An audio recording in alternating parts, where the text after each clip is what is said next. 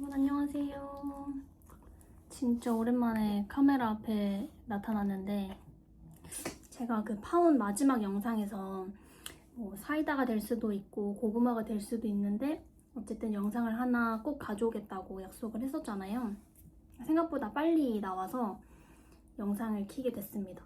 우선 그냥 결과만 말씀을 드리자면 사이다는 아니고 고구마가 됐어요. 근데 그게 어떠한 내용들이었고 왜 그렇게 생각을 했는지 여러분들의 생각은 어떤지가 궁금해서 이 영상을 찍게 된 거거든요. 어떤 걸 진행했냐면 탈세 신고를 했어요.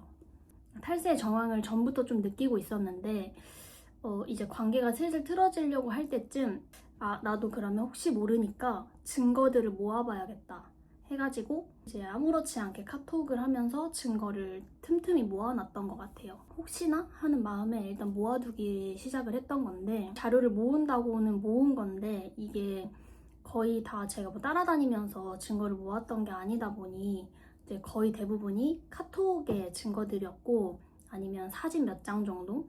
그러다 보니까 결국에는 그 탈세 신고가 증거 불충분으로 판명이 났고요. 어떤 것들이 탈세로 보였는지에 대한 정황들을 설명드리려고 하는데요. 물론 이게 저한테는 탈세라고 느껴질 수도 있고 다른 사람한테는 안 느껴질 수도 있는 거니까 친구들도 제가 하는 이야기를 한번 들어보고 이게 탈세가 맞는 것 같다 생각이 드는지 한번 저는 그 의견이 사실 좀 궁금한 것 같아요. 뭐 지금 판단한다고 사실 뭐 달라지는 건 없긴 하지만 그냥 그저 궁금증?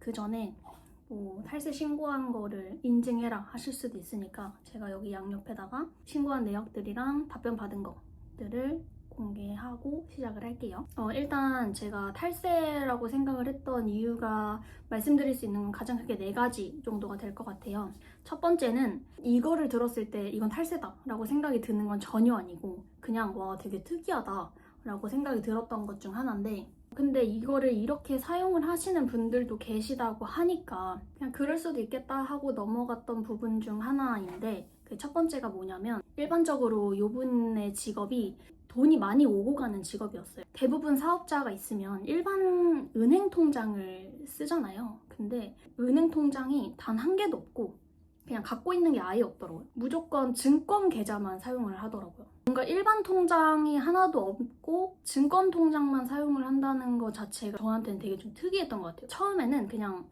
되게 신기하다. 웬만하면 사업자 통장은 뭐 농협이나 아니면 뭐 기업 이런 걸로 많이 하잖아요. 대부분 그냥 다 일반 은행 통장을 많이 쓰는데 증권 계좌만 사용한다라는 게 처음에 되게 신기했고 그러다가 나중에 이제 여러 가지 겹쳐서 찾아보니 탈세하시는 분들 중에 주로 쓰는 방식 중 하나인데 증권 통장에 큰 돈이 오가면 주식으로 한번 넣었다 뺐다 하거나 아니면 내가 갖고 있는 주식을 빼가지고 이제 매출로 들어온 돈의 출처를 흐리게 해서 이제 교란을 주는 거죠. 그런 식으로 탈세를 하는 경우가 많다고 하더라고요. 그게 또 사업자 통장도 아니었어요. 개인 통장이었고 근데 아이러니하게 그분도 주식을 되게 열심히 하셨던 분이었고 그러다 보니까 이게 탈세일 수도 있겠다라고 생각을 했던 첫 번째 이유였습니다. 그리고 두 번째로는 이건 탈세다 라고 생각을 명확하게 했던 이제 가장 큰 이유였는데 대부분은 웬만하면 현금을 사용했을 때 현금 영수증을 하잖아요. 특히 사업자는 더더군다나 매출이 많으면 하나하나가 소중하잖아요. 사실 그거를 이제 지출로 증빙을 해야 되니까. 그래서 이제 어느 날 저희가 한 1,000만 원 이상 가까이 되는 금액에 지출을 해야 되는 상황이 있었는데 그걸 이제 현금으로 하게 된 거예요. 무조건 현금 영수증 해라 말을 해줬어요. 근데 필요 없다는 거예요. 안 해도 된다는 거예요. 그래서 매출이 크면 이거 무조건 해야 된다. 그래야 도움 될 거다. 직원분도 큰 금액이니까 현금 영수증 가능하니까 해드리겠다 이렇게 말을 해줬는데 이제 이분이 끝까지 괜찮다면서 안 해도 된다고 계속 이렇게 말을 하는 거예요. 필요 없다. 안 해도 된다. 나중에 뭐 전화하면은 현금 영수증 해주겠다. 이렇게 말씀을 하셔서 그렇게 이제 마무리를 짓고 차 안에서 세금에 대해서 잘 몰라서 그러나 해서 이제 그런 걸 설명을 해줬는데 자기는 현금 영수증 안 해도 된다는 거예요. 현금 영수증 안 해도 되고 자기는 그런 거 안 한대요. 근데 뭔가 그 촉이 뭔가 숨기고 있는 듯한 느낌이 들었고 그냥 진짜 되게 다급하게 안 해도 된다니까? 약간 이러면서 되게 짜증을 내는 거예요. 그래서 거기서 약간 뭔가 있구나 하면서 탈세인가? 약간 이런 생각을 좀 강하게 했었던 것 같아요. 큰 금액을 사용하는 그 지출에 대한 이력을 남기거나 하면 안 될 만한 사유가 있겠거니 생각을 해서 뭔가 탈세를 하고 있구나라는 그런 생각을 좀 했었던 것 같아요. 세 번째로는 증권 계좌에서 돈이 들어오면 그 계좌에 뭐 몇십만 원 정도만 남겨놓고 모든 금액을 다 인출해요. 현금으로. 모든 금액을 싹 다 현금으로 인출해서 대부분 다 금고에 넣어놓고 이 생활하는 모든 것들을 진짜 짜잘한 거 아닌 이상 싹 다 현금으로만 사요. 웬만하면 카드가 있으면 카드로 쓰지 그렇게 현금을 들고 다닐 일이 사실 많지는 않잖아요. 뭐 몇만 원 정도? 뭐 아니면 진짜 많아야 뭐 10만 원, 20만 원? 근데 요분은 400, 500을 이렇게 들고 다녀요. 400, 500을 항상 차 안에 두고 다니고 지갑에도 막 5만 원짜리 엄청 이렇게 들고 다니더라고요. 제 입장에선 되게 특이하다 이렇게 생각이 들었던 거죠. 돈이 들어오면 즉시 뭔가 조치를 취해서 돈을 빼는 듯한 느낌이 들었고 그냥 모든 금액을 싹 다 현금으로 인출하는 게 신기했는데 거기에서 이게 진짜 이상했던 마지막이었어요. 계속 현금을 다 싹 다 인출한다 했잖아요. 근데 거기에다가 그분이 이제 하시는 일이 거래처와 수익을 5대5로 나눠요. 근데 이제 만약 고객한테서 100만 원이 들어왔으면 그 금액을 만약 이 사람한테 50만 원을 줘야 돼요. 그러면 그 50만 원을 뽑아요. ATM에서. 그러니까 뭔가 증권이어도 이제 계좌이체가 되잖아요. 계좌이체로 보내는 게 아니라 무조건 그 50만 원을 뽑아서 은행원한테 가요. 은행원한테 가서 직접 입금을 하는 거예요. 항상 매번. 전 이게 너무 이해가 안 가는 거예요.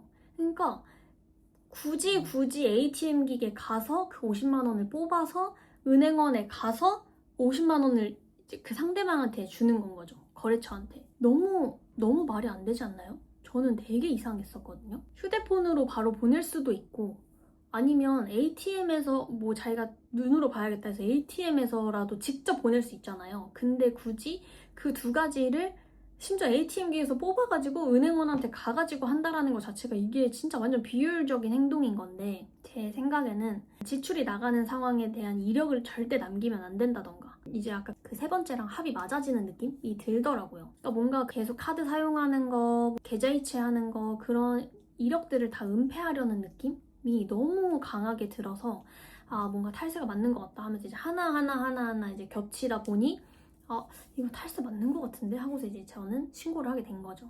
많은 분들이 저한테 고소해라 하셨잖아요. 저는 사실 그 탈세를 했을 때 이분의 대략적인 매출을 이제 들었으니까 탈세를 했으면 이게 사실 세금을 한 5천만 원 정도를 이제 탈세를 해서 만약 납부를 하면 거기에서 10%를 이제 돌려준다고 하더라고요. 그래서 뭔가 탈세의 정황이 확실한 것 같으니까 그거를 신고해서 내가 손해본 금액을 메꿔야겠다 이런 생각을 이제 잠깐 했었는데 그런 생각도 하고 만약 그게 5천만 원이 안 되더라도 어쨌든 그 5천만 원 가까이 되는 그 사람이 그 비용을 내는 거니까 너무 고소할 것 같은 거예요. 여러분들이 자꾸 고소해라 계속 이렇게 말씀하셨잖아요. 근데 저는 사실 이걸 준비를 하고 있었고 고소해봤자 제가 처음에 들어가는 비용도 만만치 않을 거고 거기에 쓰는 시간이며 감정 소비며 저는 이게 더 너무 힘들 것 같아서 어쨌든 제가 이걸 신고를 하면 세무서가 알아서 봐줄 거 아니에요. 그래서 저는 증거만 모으고서 이렇게 하면 되겠지라는 마음으로 이제 제보를 한 거고 그러고서 만약 이게 진짜 맞다면 이제 제가 피해본 금액보다 이 사람이 나라에 환원하는 금액이 훨씬 클 테니 나는 그거면 됐다. 그냥 그거면 너무 고소할 것 같다. 이런 생각이 들었던 거죠. 그래서 이제 차라리 내가 힘쓰고서 고생할 바에야 이제 탈세를 신고하자 하고서 이제 신고를 했던 건데 이제 아쉽게 결과가 이렇게 돼버렸던 거죠. 여러분들은 제가 이 네 가지 물론 이게 전부는 아니에요. 전부는 절대 아니고 다른 사유들도 정말 많은데 일단 제가 이야기를 해드릴 수 있는 가장 큰 사유 그리고 특정되지 않는 이제 사유들인데 이것만 들어봤을 때는 여러분들은 어떠신가요? 탈세가 맞아 보이나요? 저는 맞는 것 같아서 일단 신고했는데 일단 굳이 하지 않아도 될 행동을 하는 것도 이상했고 굳이 해야 될 것들을 절대 하지 않는 막 화를 내면서까지 하지 않는 그런 모습들이 겹쳐지면서 되게 이상하다라고 생각을 했었던 것 같아요. 아까도 말씀드렸다시피 제가 항상 따라다니면서 증거를 찾을 수가 있는 게 아니었기 때문에 명확한 증거를 찾을 수는 없었고 상대방이 이야기하는 것들을 이제 다 캡처해서 보냈는데 그것도 이제 명확한 증빙 서류가 안 된다 라는 답변을 받아서 일단은 뭐 제가 그분이랑 연락을 더 추가로 하는 것도 아니고 해봤자 카톡에서 또 찾아야 되는 건데 헤어진 지 반년이 다 되어가는 시점에서 또 과거를 다시 돌아가서 이제 봐야 된다라는 것 자체가 저한테는 조금 힘들 것 같고요. 지금은 완벽히 회복이 돼서 충분히 행복하고 지금 삶도 충분히 만족하고 있으니까 저는 그냥 여기서 멈추려고 합니다. 저를 응원해준 친구들도 그리고 누구보다 간절했던 저 자신도 너무 아쉬운 결과지만 과거보다 미래를 그리고 현재를 사는 게 인생이잖아요. 저는 아쉬움을 뒤로 하고 그냥 이제 현생을 살기로 마음을 먹었습니다. 사이다를 기대한 영상이셨겠지만 고구마를 마지막까지 드려서 정말 죄송하고 제가 요즘 이것저것 하느라고 바빠가지고 영상을 잘 못 올리고 있는데 6월에는 발리 한 달 살기 하러 가니까 그거 영상도 많이 기대해 주시고 오늘도 시청해 주셔서 감사합니다. 안녕.